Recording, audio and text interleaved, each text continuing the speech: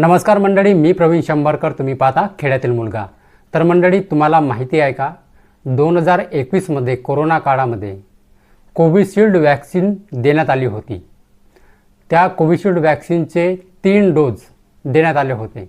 कोविडपासून बचाव करण्यासाठी भारतामध्ये एकूण 70 कोटींपेक्षा जास्त लोकांनी या कोविशिल्डचे डोस घेतले आहे. कोविशिल्ड ही जी लस आहे ते तयार करणारी ॲस्ट्राझेनेका कंपनी आता सांगत आहे की या लसीमुळे काही लोकांना साईड इफेक्ट जाणवत आहेत.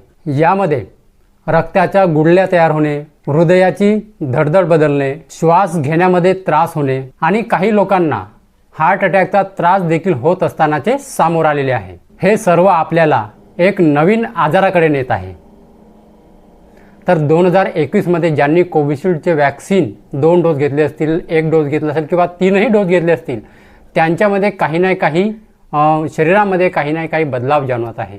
कोणाला हार्ट अटॅकचा प्रॉब्लेम, कोणाला रक्ताच्या गुठळ्याचा प्रॉब्लेम, कोणाला नपुंसकता जाणवत असेल, काही ना काही त्या कोविशिल्ड वॅक्सिनमुळे जाणवत आहे. हे त्या कंपनीने हे जे कोविशिल्ड वॅक्सिन तयार केली, ॲस्ट्राझेनेका कंपनी, त्या कंपनीचा दावा आहे. ठीक आहे. तर मंडळी, हा व्हिडिओ शेअर करा.